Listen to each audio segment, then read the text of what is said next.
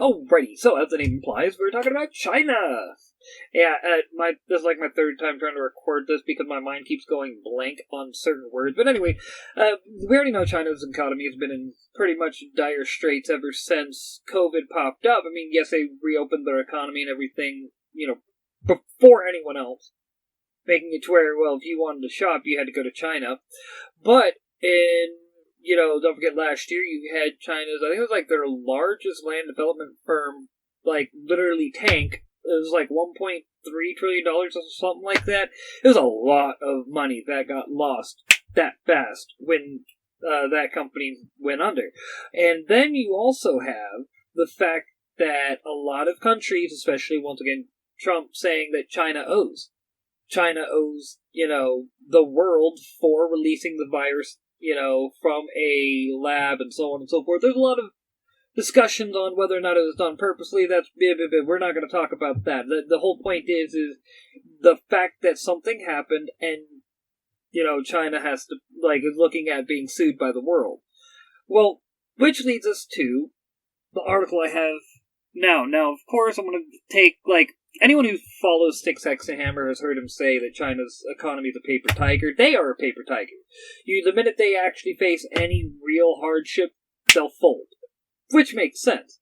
But Mark Mobius, he's the leader or founder, of the Mobius Capital Partners, and basically he's invested heavily in China over the years, and now he's trying to get his money back out.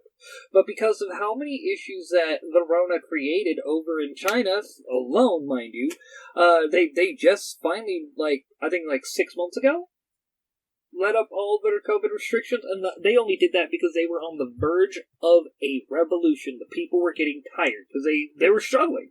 So of course they're like, but with that being said, now they're refusing to let. It's not that they're saying you can't get their money. Exact quote.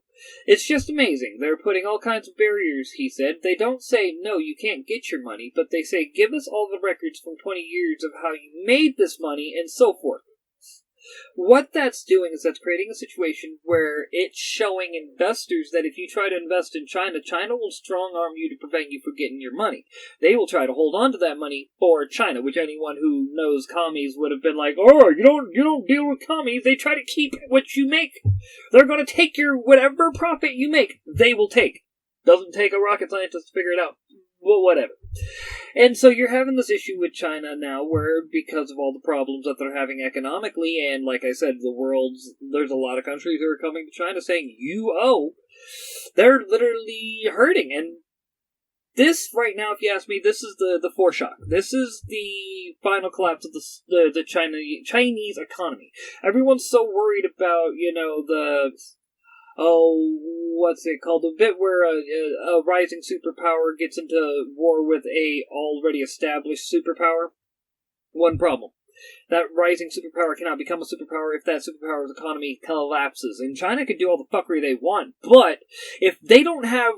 There's a short I caught, and it's everyone who's a long-time viewer of the channel would know that I tend to do a lot of research and try to better myself through various things and whatnot. And I came across this video about a gentleman who's older gentleman, businessman. He's like, everyone wants to save the world, but the thing is, you can't save the world if you don't have any effing money. So you want to save the world? Get some coin, get some shekels, get some money, and then you can save the world. Until then, you're nobody. You can't do nothing. You can't do anything, and that is the best point that anyone can make, no matter what. You require money. And if China doesn't have money, China can sit there and say, they can, grandstand and say that they're going to do this, do that, so on and so forth. Their soldiers won't fight if their soldiers are going hungry, or if their families are going hungry, or if they got to worry about a revolution at home because of the fact that people at home are starving. People won't go to work if they know they're not going to get money, and you can crack skulls all you want, but sooner or later they're just going to say no. And you're already having a situation in China where 6 months ago they were already on the verge of revolution because of, all their lockdownerism that they had done, and then you have this happen. So what does that tell you? That tells you that they themselves are already not in a position to be able to really do anything, and that they are all bluster.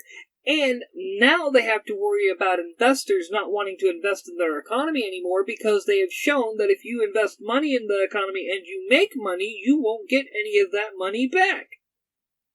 There's already talked about and then you have the fact that India's economy has been really soaring the past decade. So a lot of companies, a lot of these investment firms are going, well, fine then, if China's no longer going to be a hospitable environment for me to come in and do my business, then I will go to India. In the article, the Mark Mobius gentleman even said, go to Brazil. They got 2.5 million people that are willing to work hard and do the exact same thing that China's willing to do, and they are a bit more amenable to, the idea. And now, granted, Brazil has a lot of problems. There's a lot of Bolsonaro loyalists and things like that involved. And Brazil is on the verge of a revolution as well because of the fact of the WEF and so on and so forth. We're not going to go into that, but and how Bolsonaro was removed and the honking that happened there. But that's my point. There are other places in the world that these investment firms can send. They can take their money. They can go, whatever, don't gotta worry about it. There goes my phone out of my pocket. 1 second. And, it was literally one of those situations where they made their bed, they gotta lie in it. Okay? You can say what you want about Xi Jinping. Now, here's a little conspiracy theory, alright? A bit of a honking, if you will, but China edition. What if Xi Jinping... Alright, so I heard something, I'm not entirely sure how accurate this is, that Xi Jinping, as a child, his family, before the revolution, was wealthy, affluent, members of China. Could him getting into power be the best thing for China? Because he's throwing so many wrenches into the cogs of China by improving it and getting the Chinese Communist Party on board, with it? Come on. Could this be Xi Jinping getting revenge at the very people who robbed his family, made him live a life of squalor for things that he did not do? Don't know. I don't trust Xi Jinping, I know that much, but like I said, case in point, all of this is not a surprise. Anyone who's been following China for the past 5-10 years knows China's been growing, but China's also been... How many times has China been called out for their suppressing of the value of their currency to keep it low for investors to keep coming in? How many times has that been called out? Several times.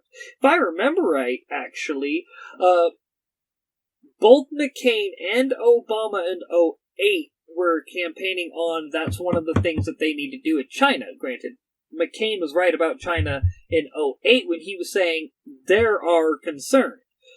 But, I'm not a big McCain fan, but, a broken clock type deal. And so if we know for the better part of, 15 years that these individuals have been suppressing their currency, then we know that it's probably worse than it looks. So, this may be if you will, this may be the final days of the Chinese Communist Party. Let's hope. But let's see how things go. This also might end up being what leads to China being on a more war footing. But like I said, if they don't have the money to support a war machine, all that does is hurt them more. So, how many countries have we seen and, historically think that they can get themselves out of economic trouble by going to war without factoring in the fact that going to war takes money? And you could say, well, we'll just pillage and plunder, but between now and the time when you get those, I guess you could say, added funds, people still need to be fed, clothed, housed, things like that. If your people are not being taken care of, they will not take care of you. And China's about to learn this lesson the hard way. Nope. But, whatever. With that, there's one literal drink left of coffee. With that, I have to get more coffee, so I shall catch you folks later. Have fun, folks.